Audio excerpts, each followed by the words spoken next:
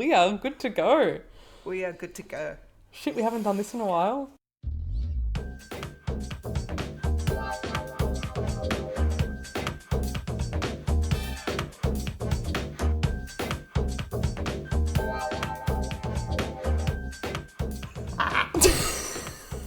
Hi.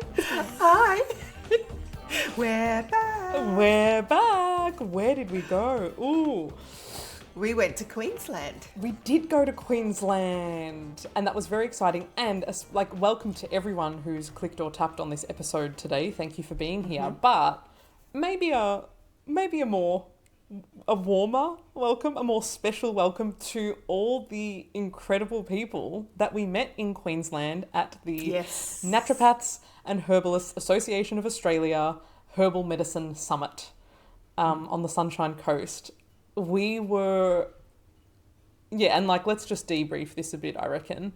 Yeah. We were delighted at how well our presentation was received. So we spoke about circadian rhythm, circadian signalling for whole body health. We threw a whole bunch of information at that room, and people just received it with such gratitude and curiosity, and had stories to share with us and had follow-up questions to ask us, and it was a real treat to present that and to get all the conversations that we got to have with naturopaths, student naturopaths, mentors of ours. Yeah.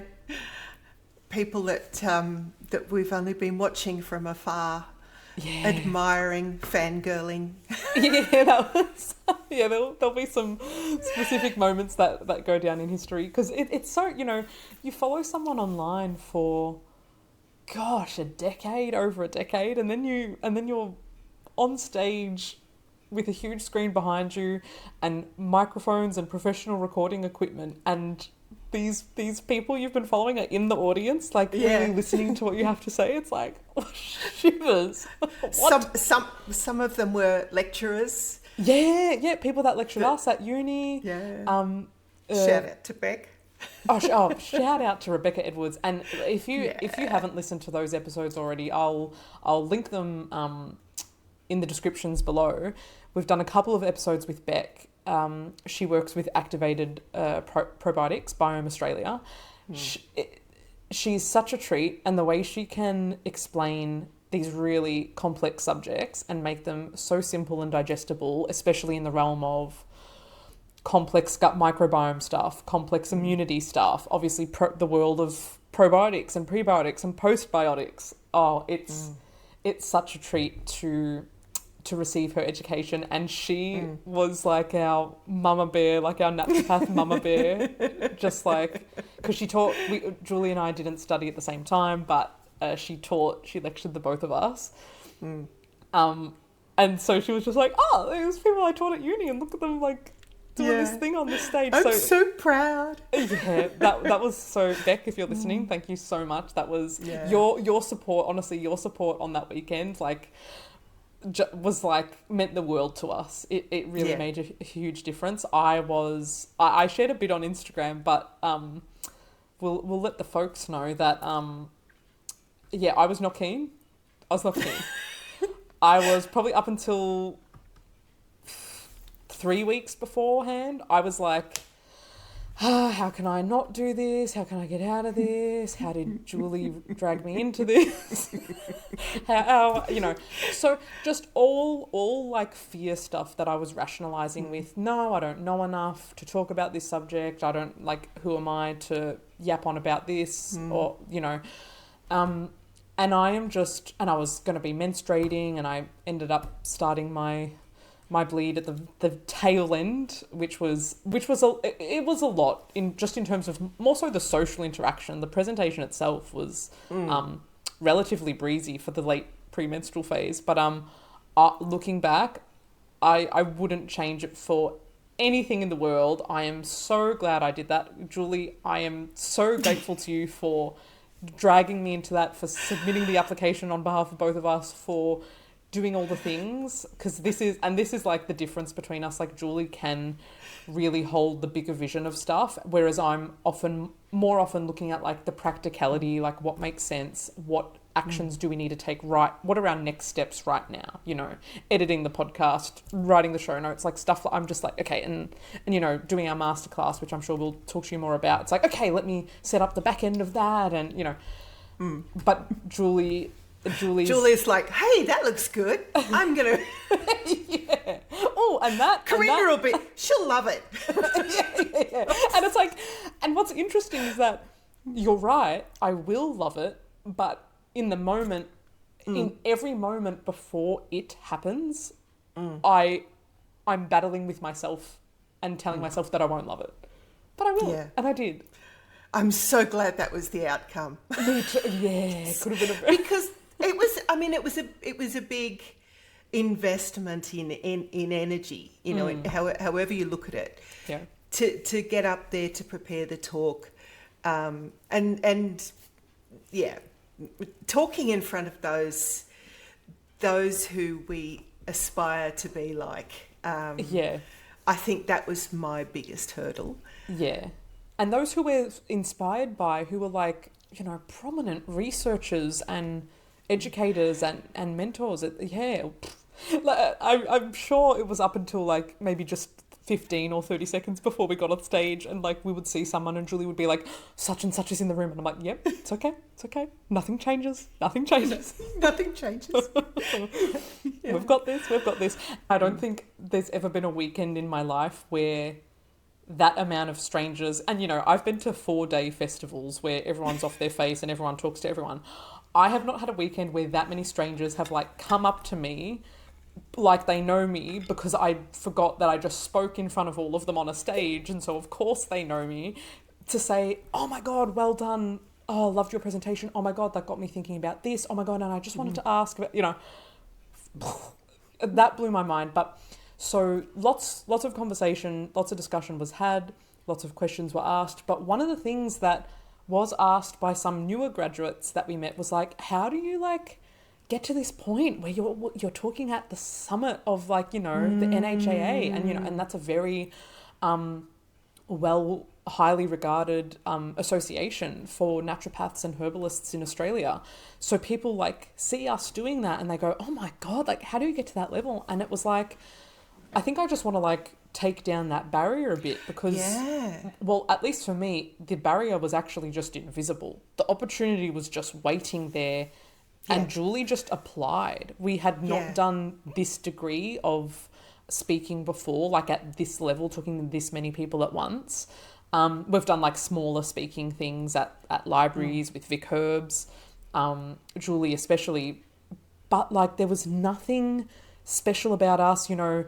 We didn't get chosen because we have this podcast, or we're more prominent naturopaths, or we're busier naturopaths, or we're making more money, or we have more skills. Like, I just really want to like make that clear. Like, so for the people who are like, oh, I would love to do that, but that feels so hard to achieve, you know, I just want to put it out there that like actually it's probably a lot easier than you think. Yeah, well, the NHAA really wants to support naturopaths at every level.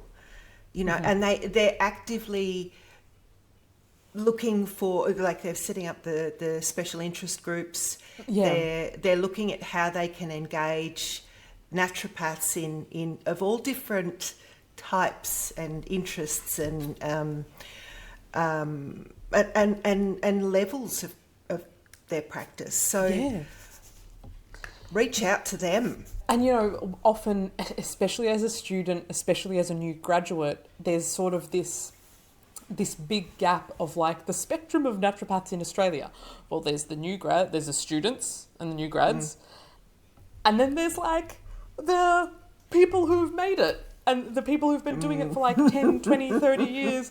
And it's like, there are so many more of us. And it's like, I guess Julie and I would probably be a great representation of like all the naturopaths in the middle, like who've gone through so much different, you know, different careers and different pivots and so much learning after you graduate. You know, Tanya Wells, a fabulous lecturer, said it to us in like clinical herbal medicine. She's like, you learn a lot here, but you do like 80% of the learning like once you're out of here and you're in clinic. and you're seeing real people.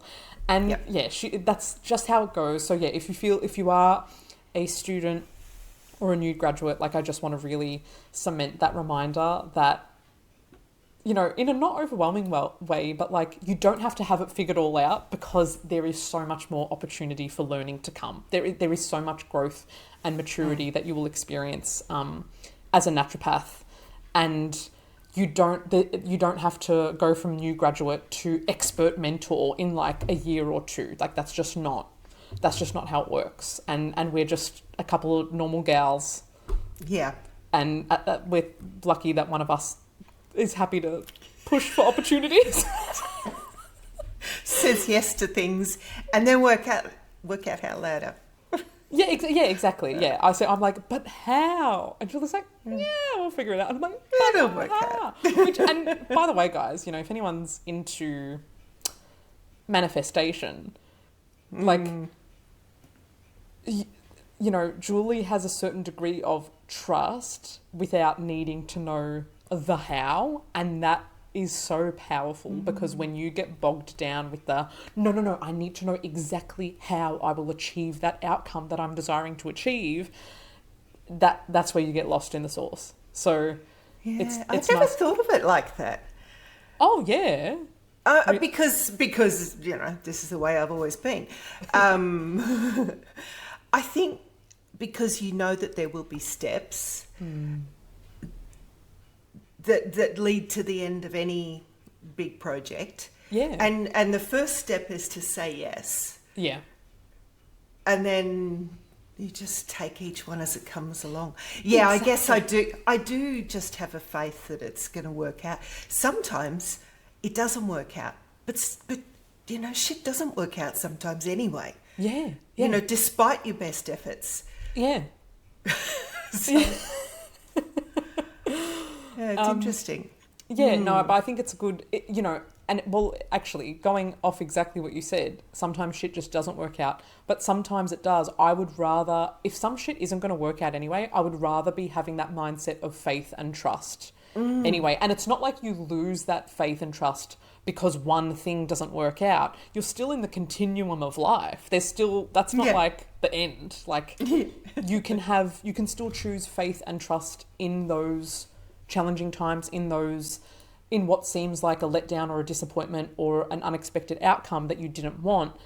But I would always rather have the mindset of, no, this is okay, this is life, and it's still going to work out for me and everything's going to be okay, rather than being like, oh, I knew this would happen because I didn't have 10 steps figured out before I took the first step. You know, you would always rather the other mindset, right? Like, yeah.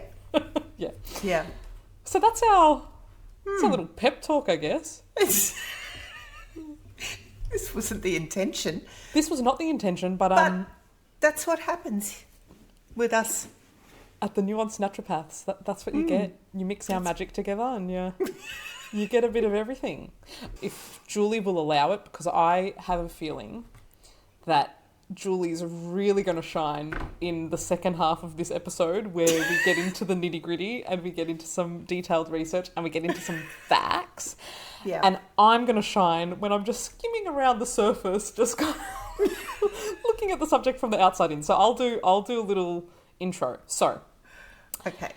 A big part of our talk that we did was about sunlight. In case you haven't heard, we love sunlight. Yeah. And we were both delighted when, I think I actually first saw it because when Rachel Arthur shared it in her blog. That's where I first saw the article. I think I saw it at my work, my new job. Yes. I'm glad it's doing the rounds then. Yeah. So the title of this article, this is in Nature. This is a book review in Nature, the fabulous, would you call it a scientific journal that we love? Yeah. And the title is The Best Way to Start Your Day? The Science Backs Naked Cartwheels in the Sun. And we were both having a laugh before we started recording, because both of us saw the title of the article, shared it with the other, got excited about it, but we learned today that neither of us read the article. we just we would just Yeah, that checks out. yeah, we were just like, yep, took it at face value, went, yep, that needs no further explanation. We'll take it. And so the book review, the book in question, and I love the title, In Defense of Sunlight, The Surprising Science of Sun Exposure by Rowan Jacobsen. And that was just published this year, 2026. So, and okay, so where a lot of this is coming from, why do we need to defend sunlight? Why would there be a defense for sunlight? Since I can remember, being a Caucasian person in Australia, the messaging about sun protection and sunscreen, especially, slip, slop, slap campaigns and no hat, no play at school. I don't know if your son, who's the same age as me, had that. Oh, yeah. Yeah. The messaging around sun equals bad is terrifyingly strong. And obviously we are a population of people where, well, actually, I don't know what the highest, what part of the world has the highest incidence of melanoma, but we have a relatively high incidence of skin cancers. Is that fair to say? I think it's Australia. Yeah. That has the highest. Yes. I also remember being maybe closer to my teenage years when a woman, my goodness, I can't remember her name, but it made headlines because a woman, I believe, died from what started as a skin cancer. And she regularly used tanning beds. And then it sparked... Which are not the sun, just by the way. Yes. Absolutely not the sun. And you've, what's his name? Jonathan Jarecki. This fabulous, I'm going to say young lad, and that makes me feel like such an old person. He was responding to something about, UV light causes this damage, UV light does this. And he was like, can I just say, UV light, sunlight is not UV light. Yes. Sunlight is a specific blend of a few different kinds of wavelengths of light, includes UV light. It's not concentrated UV light. Obviously, tanning beds, concentrate. Yeah. As also the methods that are used when they're researching the damaging aspects of UV light, they concentrate the light as well. Yep.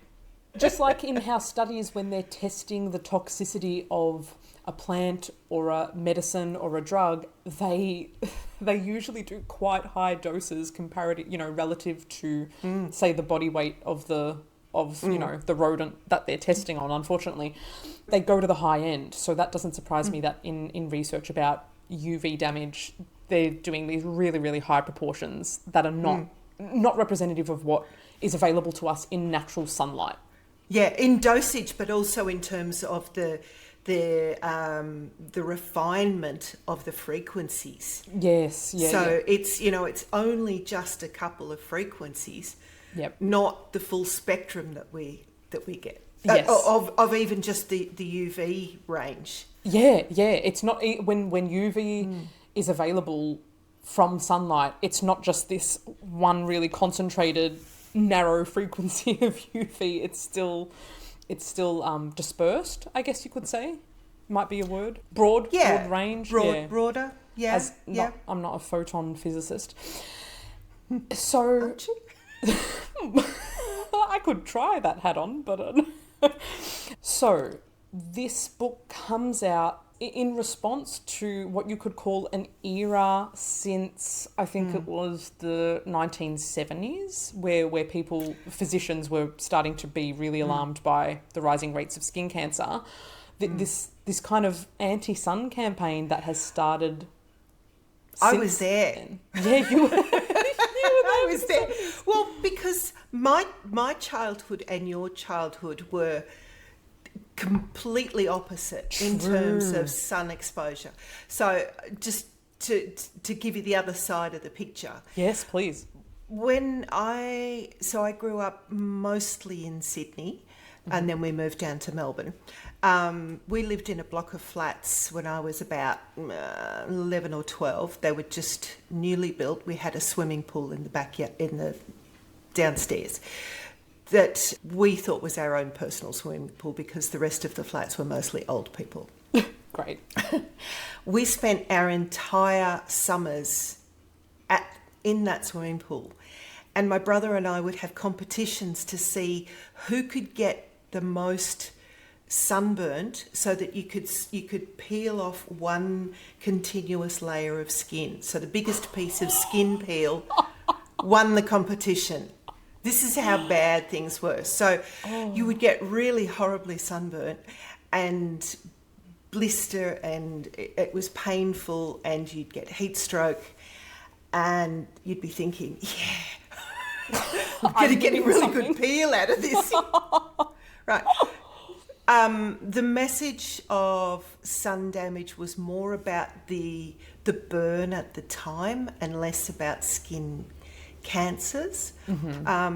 As I got older, my mother and I would go out, and it was mother-daughter time. We would go out and lay in the yard in our bikinis with a book, maybe a pair of sunglasses or a hat, but that's just really just to block the glare so that you could read. And we would sunbake, and we'd get as dark a tan as we possibly could, because a dark tan was more attractive. And then as we got into the 70s, the skin cancer, the message about damage from the sun started to come through, and there was still a generation of people ahead of us who were very, very dark from sun tanning, and their skin was like leather, and they're like an old leather handbag. Have you ever seen the movie Something About Mary? Oh, it was a long time ago, yeah. And there's the old lady that lives next door that just spends all her days in the sunshine, and she's just so tanned. It's like, Anyway, so that was my childhood. We didn't take that message very seriously when it started, because we're like, I'm fine. I've been in the sun my whole life. Yeah.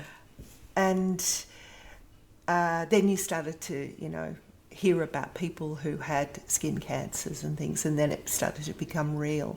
Yeah. But of course, the damage is done. Yes. My generation has the greatest risk of skin cancers because we had that burning and that skin damage in early life. Yeah. And I guess that's maybe one of the first key things that we want to point out, is that it is sunburn that can increase the risk of developing skin cancers, not sun exposure, not sunlight. And so we really need to sort of flip the script there and get that more solidly into our sun protection narrative.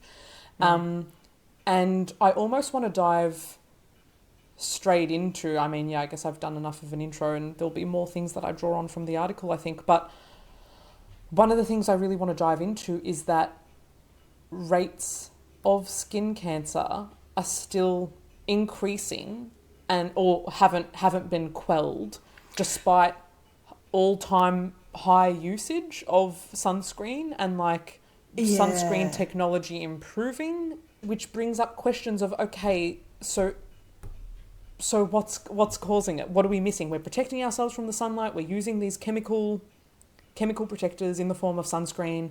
Why are people still getting skin cancer? Okay, so we need to break it down. So first of all, I did just find the data. Australia is the world's melanoma capital, but melanoma is not the only type of skin cancer. Melanomas, and it depends on which data. This is another thing. It depends which data you're looking at. Yeah. But melanomas are decreasing somewhat. Other types of skin cancer, I'm not sure. I'm going to put a pin in that. Okay. But the rates of melanomas in places that have never seen sunshine, places on the body that have never seen sunshine, are increasing. And all of these skin cancers are treatable. Mm-hmm. Yep. When detected, they are treatable. So Yep. the problem can be people dying from melanoma can be that it hasn't been spotted. Yep. And that may be because it's been in a place that isn't seen by sunlight, and so it's Yep. not recognised as a possibility. Yep. But also vitamin D deficiency contributes to the increase of skin cancers and skin damage. Yep.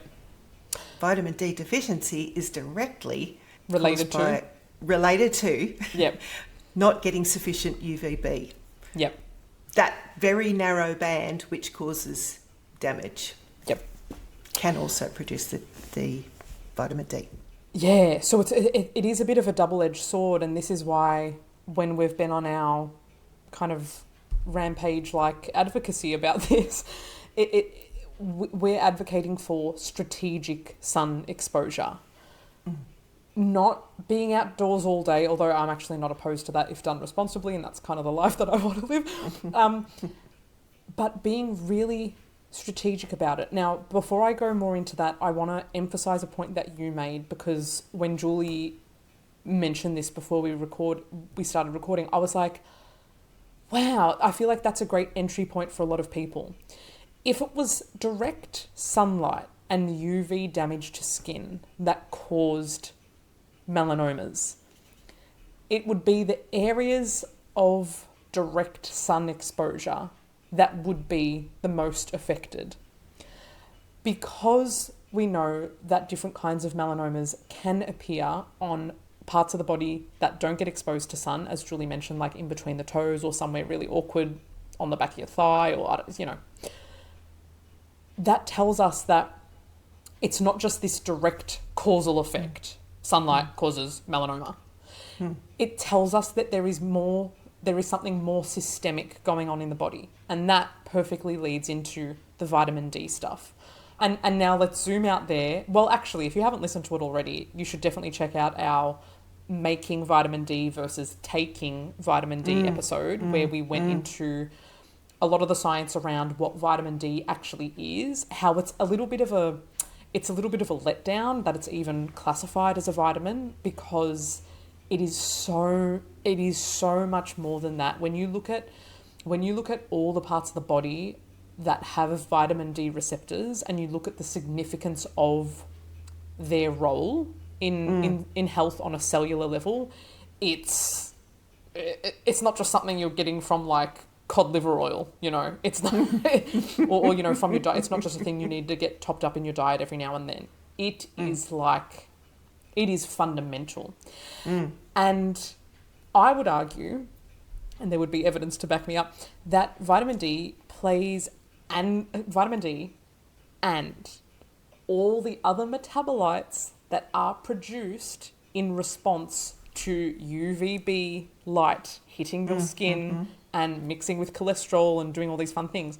I would say hundreds of other metabolites, maybe not. Lots of other metabolites. Well, yeah, lots. Yeah, there's at least 50. Yes. Vitamin D is just the thing that we have the best measure of, that has been the most studied, has been the most researched in the human body. And so that's the thing that we link to sun exposure. But there are all these other metabolites, and I would argue that they all play a really regulatory role in managing inflammation, protecting our cells from oxidative stress, and that could be associated with UV damage, regulating our immune systems, which would also play a role in detecting cells that have started to act a bit abnormal and managing them, killing them off, or recycling them, right? Let's remember that cancer at a really, really basic level is uncontrolled cell division. Cells don't have their off switch that healthy cells have, and so they continue to grow, and we get tumours, we get these raised things on our skin, So vitamin D and its friends that we just haven't researched yet, plays a really big role in all these physiological functions that could actually help us, that could help protect our bodies against cancer, that functions that demonstrate anti-tumor activity or tumor regulation activity, So we you know, in terms of public health, we must start looking at it with this more broad lens. It is not as simple as, no, don't go out in the sun, you'll get skin cancer. We have to be more strategic and nuanced about it.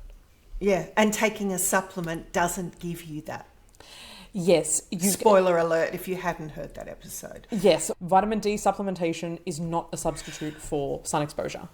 Yeah, there's a number of studies that have looked at various disease states that are associated with low vitamin D status, where they've supplemented vitamin 25-OHD, so that final vitamin D product, Yep. or normal vitamin D supplement off your shelf, Yep. and have not seen any improvement or a significant improvement in those disease states. COVID was one of them where they found that. Yeah. Yep. Which is interesting. Also, autoimmune diseases are very heavily associated with vitamin D They are. deficiency. Yeah. And they are on the increase. Yeah. Yes, they are. So, okay. And there's just, you know, again, zoom out. We're not forcing you to think anything, but just consider, you know, in this era since the 70s where sun protection has increased, messaging about the dangers of sunlight exposure have increased, but you can look around, think about anyone that you know, think about your parents, think about your siblings, think about someone in your family or someone that you work with. We can see right in front of us that people are not healthier than they ever have been. They're on, you know, no matter what category, I suppose, of health you're looking at, whether it is autoimmune, whether it is mental health, whether it is metabolic health. Cardiovascular, obviously being one of the huge ones. It's obvious that certain morbidities and causes of mortality are increasing. And we've got to look at it differently. That reminds me of another really important study. There was a study done in Sweden. I wish I'd actually got the details in front of me, but they looked at all-cause mortality and sun exposure. So they divided them into groups: low sun exposure, high sun exposure, I think medium sun exposure, and then looked at them over a long period of time and found that increased sun exposure is associated with a reduction in all-cause mortality. So dying from anything is reduced when you have more sun exposure. Yep. And it was a large study too. It's a really well put together ones. Yeah, I think I might have referenced that in our presentation actually, or I saw another source that, or maybe it was different because they were specifically looking at females, and associated sunlight exposure with life expectancy, a positive correlation there. So we know we can't stick our heads in the sand. We know that there's evidence to support this now. Something that I really want to, you know, as part of strategic sunlight stuff, and apologies because we'll probably be going back and forth on a few different points here, the thing that really helped me wrap my head around it, because, you know, I think about, you know, everyone knows it, the harsh Australian sun, you know, it's such a thing around the world. People, it's referenced. It really helped me to think about it from an evolutionary perspective. My ancestors and Julie's ancestors are not from this land where we find ourselves on. We are not from this deep southern hemispheric land, right? We are from the northern hemisphere. I was born here, but our ancestors are from the northern hemisphere. Our ancestors evolved with a totally different sunlight kind of exposure, with lower UVB availability, right? That's why our skin colour is our skin colour. People with darker skin colours have more pigment or melanin, and that is an evolutionary adaptation to being closer to the equator, getting more stronger sunlight exposure. It's evolution. So when our country is made up with a high population of people who have descended from the northern hemisphere, the totally different sunlight signature that their ancestors evolved with over however many years. And then we come here to a land that we did not evolve on, to a strength and quality of sunlight that we didn't evolve with. This is where you start to see imbalance. This is where you start to see it's more sunburn, more UV damage, because our concentration of pigment, our concentration of melanin is not adapted to be more protective against stronger UV. In fact, it's actually the other way around, because when you think about it, human species evolved around what they think in Africa with darker skin colours. Yeah. And it was those that moved to the northern hemisphere that lost their ability, their melanin production in response, in order, it's theorised, in order to have more access to production of vitamin D. There you go. Oh, that makes perfect sense. Because it's so important. Yes. And the thing we like to say is that our bodies don't do things for no reason. Our bodies don't adapt in that way of like, oh, okay, less melanin would enable more UVB availability and exposure on the skin. You know, that doesn't happen for no reason. And in case some people may not know, the general rule of thumb is that the darker your skin tone, the more concentrated your melanin is, the more sun exposure you need to get the same vitamin D response. Is that a fair way to word it? Yeah. Yeah. Yep.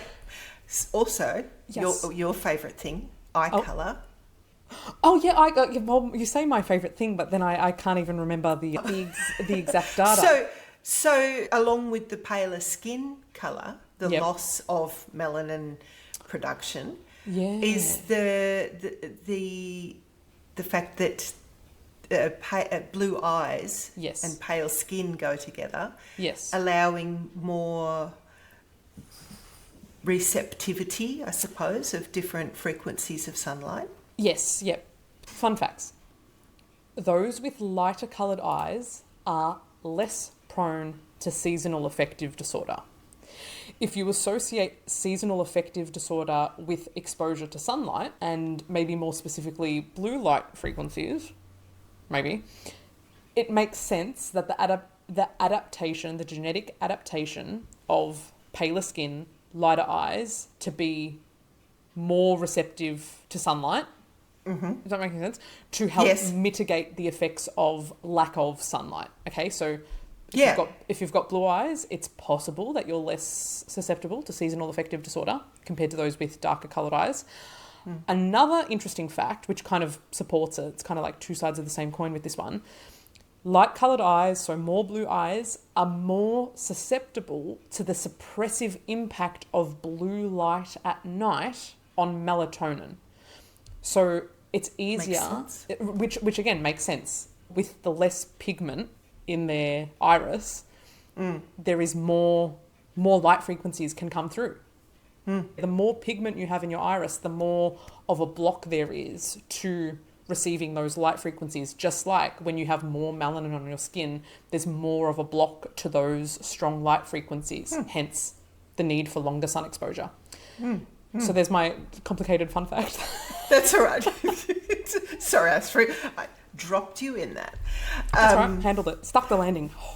Phew. What is it when they do in gymnastics? Oh, when they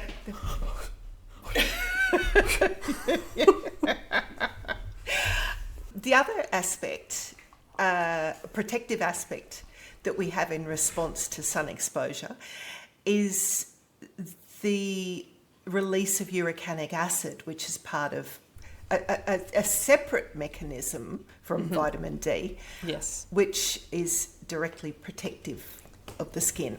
Yes. You may be more prone to UV damage. If I'm saying a sensational statement, you may be more prone to UV damage and sunburn if you wear sunglasses.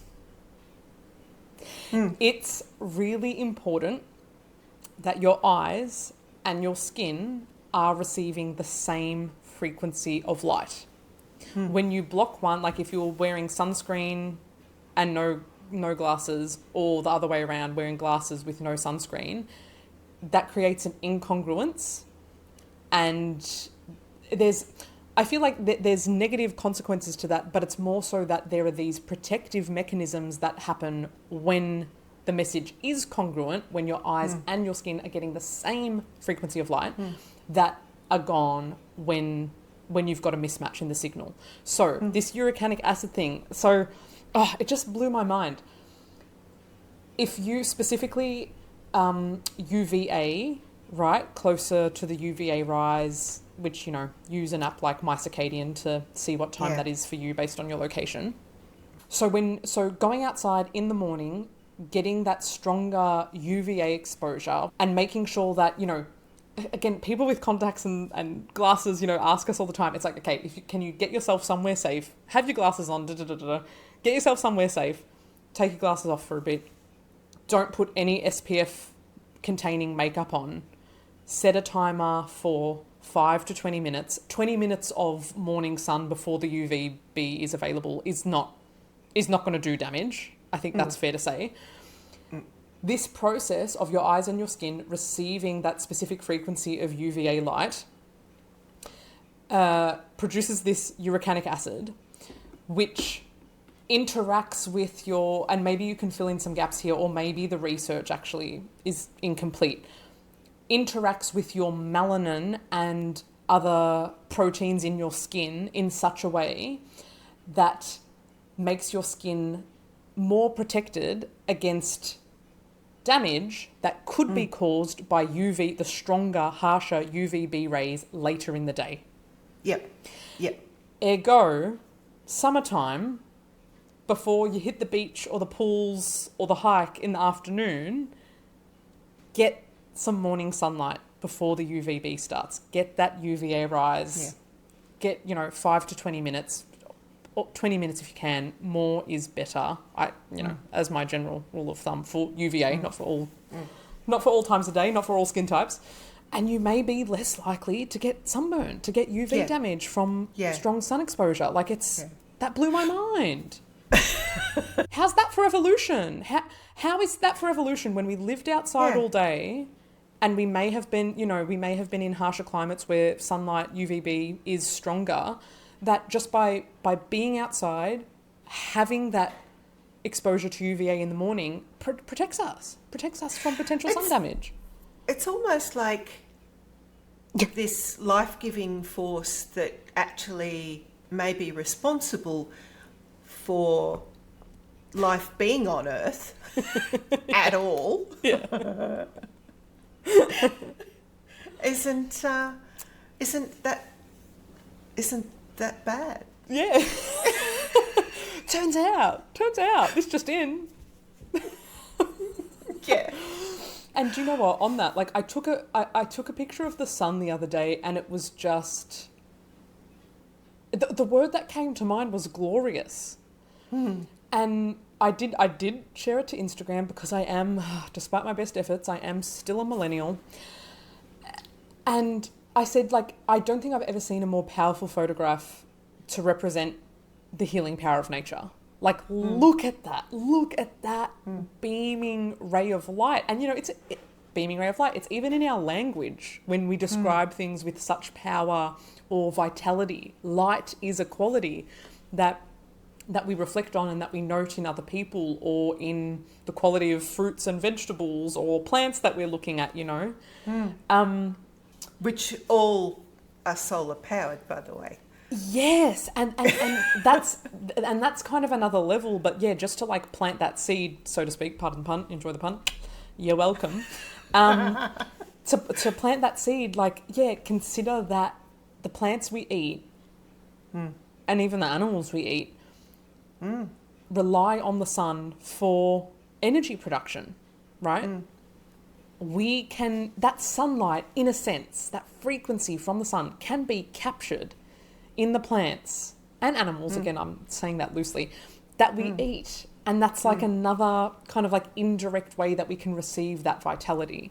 This is where I do get concerned with, hydroponic kind of artificially grown stuff because it hasn't received that natural sunlight Doesn't get exposure. full spectrum. No, it's and I mean, dare I say, I don't know, but maybe this will give people a thread that they can relate to. You know, when it comes to cannabis, you ask any, dare I say, person from your generation. Yes. You ask them about like a modern strain of cannabis, and it's like it is not the same. It's like unnaturally potent because so many of them are now grown hydroponically, right? Under artificial there's light. that and the crossbreeding. hybridization. Yeah. Crossbreeding, yeah. So, it's crossbreeding, but it's also that they've actively bred traits in plants for, you know, to emphasize more than anything the THC. Yes. And less of the other cannabinoids. Yes. So I often do think about that, about plants that are grown indoors or not exposed to natural sun. And I reckon a lot of our herbalist friends would be able to relate to that as well. I think you can feel the difference when you eat something grown naturally in the sun versus something not. Yeah. Yeah, yeah. So just going back to the skin damage thing that you were talking about before and getting sunlight, probably the most important thing that people can do first up, and this is important in Australia more than anywhere else, is to understand your skin type. Yes. So there are apps, and Karinda will share the link in the show notes. You later betcha. on. Future Karinda. Yes, she does everything. She's so helpful. So use these apps to know. Also, if you're somebody that gets a lot of moles, that's another reason to be cautious. But you're being cautious about getting burnt, and you're being cautious by getting your skin checked. Yes, yep. But not hiding from the sun. Not hiding from the sun, and being strategic about your sun exposure. So all through the year, even when it's like it is at the moment in Melbourne, cold and a bit overcast, get out and allow your skin to get some sunshine on it, to develop a solar callus.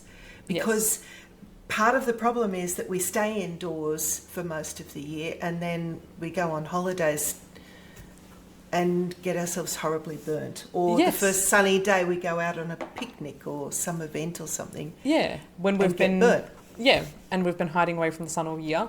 Now, is there anything specific from the notes that you wanted to read out? Do you want to go down any parts specifically? Okay. I really like this skin microbiome bit that I know nothing about. Oh, please tell us. Yeah. So the skin microbiome also interacts with the sun, because Surprise, surprise. bacteria also get benefits from sunlight. Yep. And have their own circadian rhythm and their own clock genes. But a square centimetre of human skin contains millions of microorganisms. Yep. We know that. Yes. But a study in 2023 found that chronic sun exposure actively selects for more protective microbial community.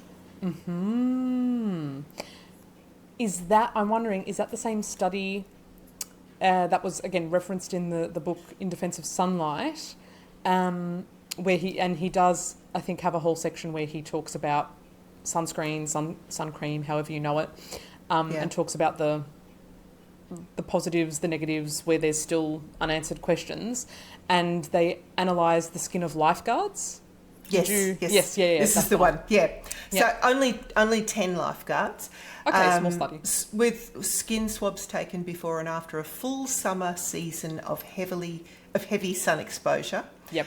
By season's end, their skin was significantly enriched with UV-resistant bacteria from two families, the Sphingomonas, which are highly resistant to UV irradiation, and they produce compounds that reduce reactive oxygen species in human keratinocytes.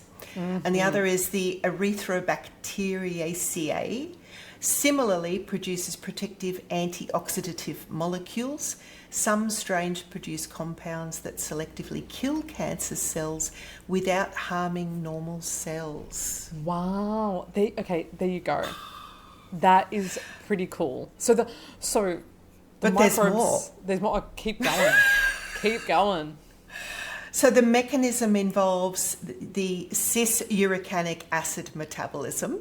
So this is this mechanism we were talking about before, where the skin bacteria use an enzyme called urocanase to metabolize this UV-induced compound, as long as you're getting a congruent signal from your eyes and your skin. Yep.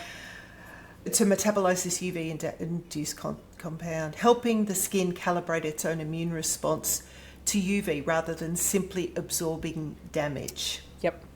And there is another study, a 2025 study, added further evidence that the skin microbiome plays an active role in immune regulation in response to UV. Yep. Love that. So how amazing is that? So cool. And it's recent. And I would also, if I'm thinking more nuanced, if I'm thinking about, some specific people listening, that's something to consider in, if you tend to get dermatitis, or if you have eczema, or if you have psoriasis, or any kind of skin condition where there are changes or challenges to the skin microbiome, the microorganisms that live on the skin. I feel like this is just, there's probably been no research done on the two topics specifically, but this is just another seed to plant, realising that the microbes on your skin, the bugs on your skin that are there, whether you want them to be or not, are a part of this protective mechanism. And so, if you have a condition that is associated with a disrupted skin microbiome, that may be an extra area of consideration if you're looking to take your sun exposure and strategic sun exposure and protection seriously. Yeah.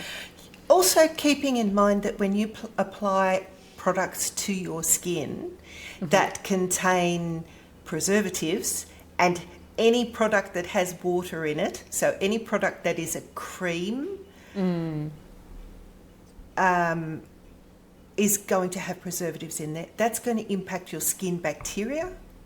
Yep.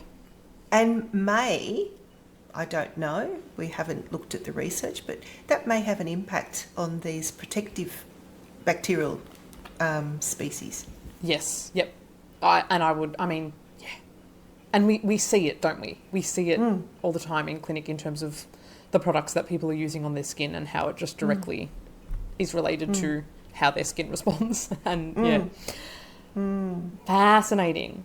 And I guess if we're rounding it out, the thing that got us excited was the title of this book review. The best way to start your day, the science backs naked cartwheels in the sun. And one of the recommendations, because, he did a lot of research on taking vitamin D versus making vitamin D. And there was a skin cancer specialist that advocates for regular short exposures to sunlight. And again, if we need to choose a rule of thumb, I would tend to agree with that, with as much bare skin as possible. And so the author of the book, Jacobson, then proposed that 10 minutes of naked cartwheels in the backyard might not be a terrible idea. So there you go. My first thought when I heard that was another little fact that we, I don't know, have we discussed it? That sunlight directly on testicles can increase testosterone production. We haven't discussed it, Julie.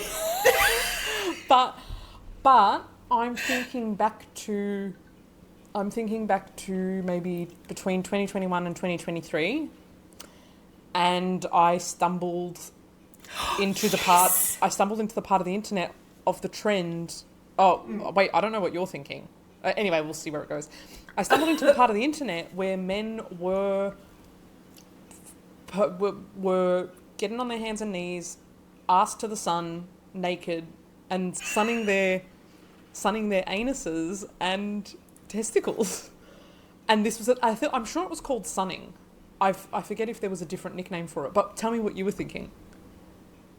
Well, I think you actually sent me a link to that.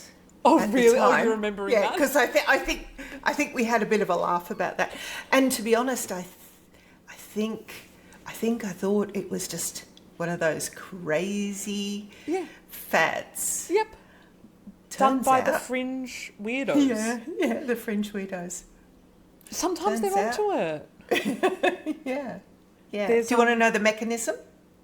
Oh my God, always. Because I've got it in front of me.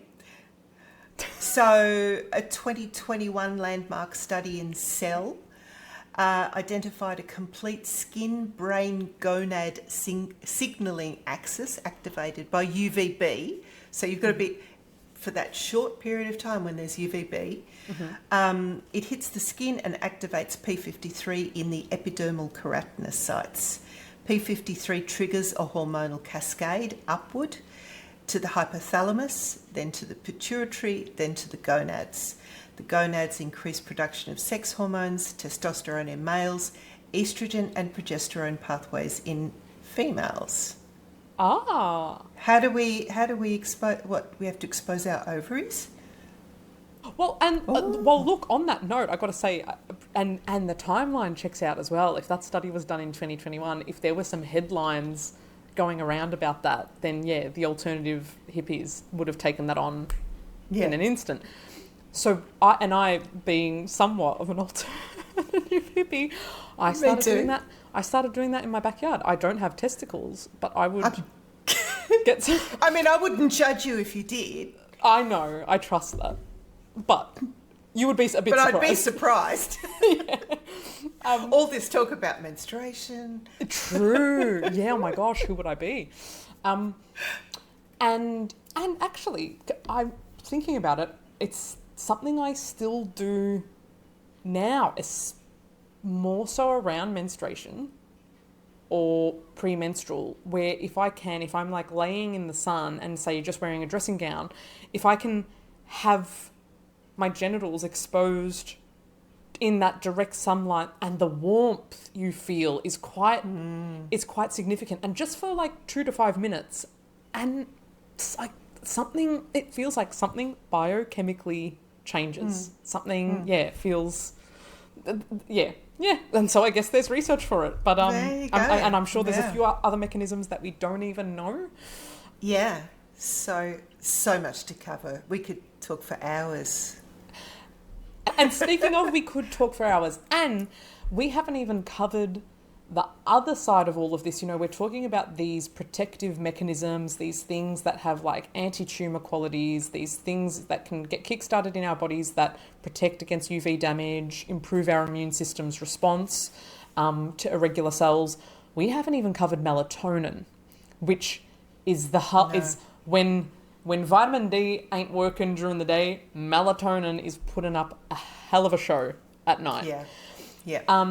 So this is why we decided to, and especially because of how our talk was received, we have decided to run a live masterclass, returning to our natural rhythm, how to use sunlight and darkness for whole body health and healing.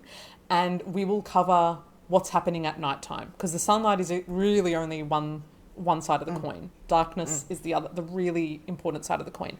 The other thing that we'll go into more depth on, not only how the sunlight and how darkness beneficially impacts like all the different systems of the body and the science that kind of helps make understanding everything else easier, but the science of light, the science of like the spectrum of sunlight, right?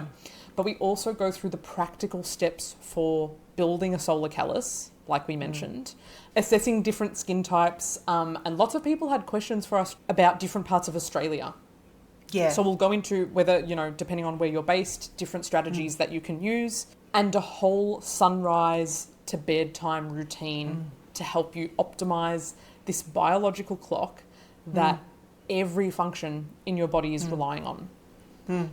Can I just drop another fun fact in that Oh. you may or may not choose to leave in. Yeah. There was thrown out a statistic recently based on research that, and I think it comes from Dr. Richard Weller's research directly, that preventing one case of melanoma by abstinence from the sun may result in 75 deaths from cardiovascular disease. Oh, shivers. Okay, that took me a bit to comprehend.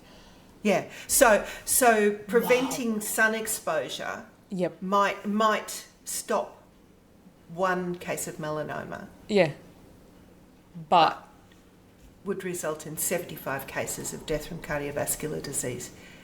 Because in Australia, sure, we are the melanoma capital of the world, but the single greatest cause of death in Australia is cardiovascular disease. Second to that is dementia, and they're like that.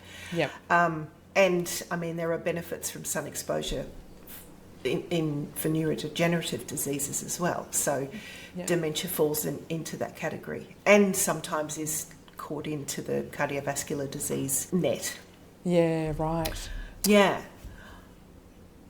So Wow. that's a really good reason to be getting plenty of sun exposure. Yeah. Yes. And I'm just thinking of all the different points that we cover in returning to our natural rhythm, our masterclass, all the different points that we cover about the cardiovascular system specifically, and how all the different frequencies of light are having some kind of beneficial impact on some degree of cardiovascular function. That is significant. That's a great framing of that statistic, actually. That's a great framing. I think people need to hear that, yeah. And we need to shift our priorities a bit, shift the lens a little bit that we're looking through. Yeah. Because sometimes these messages of safety can be really effective. You know, there's a whole generation of people who are still avoiding fat. There's a whole generation of people that are, they're still avoiding sunshine in the same way. And it's going to take a long time for these things to change back again, to have a more nuanced perspective. Absolutely, yeah. And one point that I did want to mention today, when we were planning this episode, I was like, okay, I feel like there's going to be lots of people asking if the sunlight has all this benefit and isn't as harmful as a lot of messaging portrays it to be. Why isn't my doctor, why isn't my GP, why isn't my skin specialist telling me about getting this strategic sun exposure, or getting me to assess my skin type to customise my sun limits for the day? Why isn't that happening? And Julie has some... Well, I do have some insight on that. Yes. Because I had this conversation with doctors just the other day. Yep. They have to work within parameters that are dictated to them by regulatory bodies. Yeah. For a start, this message about sun exposure being health giving is relatively new. Yeah. So it hasn't filtered through to clinical guidelines yet. Yep. And so they must err on the side of caution and go with the government mandated guidelines. Yes. Yep. And they still say slip, slop, slap. Yep. And all of those things. The QMIR Berghofer Research Centre in Queensland have put out I think it was 2024, they put out some new guidelines where they are starting to acknowledge the benefits of sun exposure.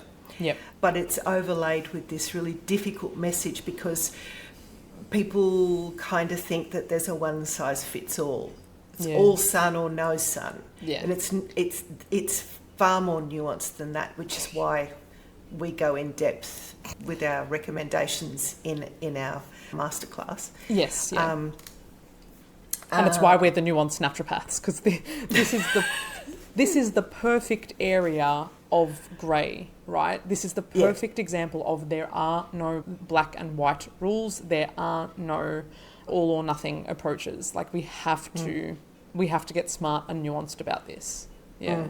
And it has to be individualised. Yes. Even if your husband, partner, best friend, child, whatever, has a different ability to produce melanin in the skin or a different sun risk calculation, Yep. you still have to look at your own. Yes. Yeah. No general rules here. So yeah, I really wanted Julie's help in emphasising that point, because you might feel, if this information is new to you and you're feeling like inspired and like lit up about it and you're like questioning a lot of things, you're like, this is so important. Why am I not having this conversation at my doctor's office? That's why. It's because they do have guidelines that they have to adhere to. They can't just take the latest research and start putting it in their consults. And I was saying to Julie that this is a great reminder that as helpful and as necessary as GPs are in the healthcare system, as helpful and as necessary as our complementary and alternative services that we offer as naturopaths are, there will always be some kind of degree where you need to take your power back and put the power of your health and your healing in your own hands. And that might require looking at research yourself and trying to understand it. That might require looking at alternative sources of information and seeing how it resonates with you directly, leaving any dogma at the door, leaving any musts and shoulds at the door. And, and we really hope that our masterclass, which is going to be jam-packed as far as 90 minutes of information and Q&A goes, we hope our masterclass can help fill that gap where you might not be getting this information from your primary care provider because they are limited by no fault of their own. But we have so much research and insight and guidelines that we want to share that that are practical enough, that are simple enough for you to start implementing yourself. Because ultimately, we can help on the journey, but ultimately, like, everyone's health is in their own hands and no one's going to do anything for them, and you can't wait for someone to say, hey, do this, hey, look into this, So we're passionate about self-directed, self-led education. Yeah. Well, one of my patients who is an absolute inspiration, she's in her 70s. She made a complete turnaround in her health. She was going down the trajectory of many other people of her generation, where back pain meant medication, which meant side effects, which, she was heading down that path, and she completely turned things around. And she said, I've decided that I need to be in charge of my health, and my responsibility is to seek the advice of a number of different practitioners so that I can make good decisions, because I know my body and they have the information to guide me. And sometimes she said it's difficult because I get conflicting information, but she said at the end of the day, I have to be the one that decides and to take the responsibility for my own health. She's just inspirational. That's beautiful and incredibly wise, and I think that's definitely a shared goal for both of us, is for more people to come to that conclusion that you're rarely going to get an answer that works for you if you're just listening to one external source, if you just, Which includes Google Chat. Yes. Oh my God. Because that's not even an answer. That's just can be sludge. Yes. AI slop. More to have to sift through and, I'm literally imagining like walking through like thick mud and having to like find your way to clarity. Oh my God, let us help. I'm sure from this episode alone you've got lots of things to think about and to consider in your own life, and any resources and references that we've mentioned will be listed in the description below. But if you're keen to take this deeper, especially if you feel like you've optimized your diet, maybe you're taking some supplements, but you're still feeling like there's something missing, or you're still feeling there's areas of your health that you would like to improve, light could be a missing puzzle piece. We invite you to join us for our masterclass, Returning to Our Natural Rhythm. We are going to run that live on Thursday, July 2nd at 6:30 p.m. Limited spots are available. The link to claim your spot will be below, and we would love to see you there. Lots of resources and guidance and practical tips will be divulged. Yes. And in the meantime, let us know if there's anything you'd like us to chat about. Sorry that the break was a little bit wide. And stay nuanced. Yeah. Thanks for joining. Thanks for joining us. Take care. All right. See ya. Bye.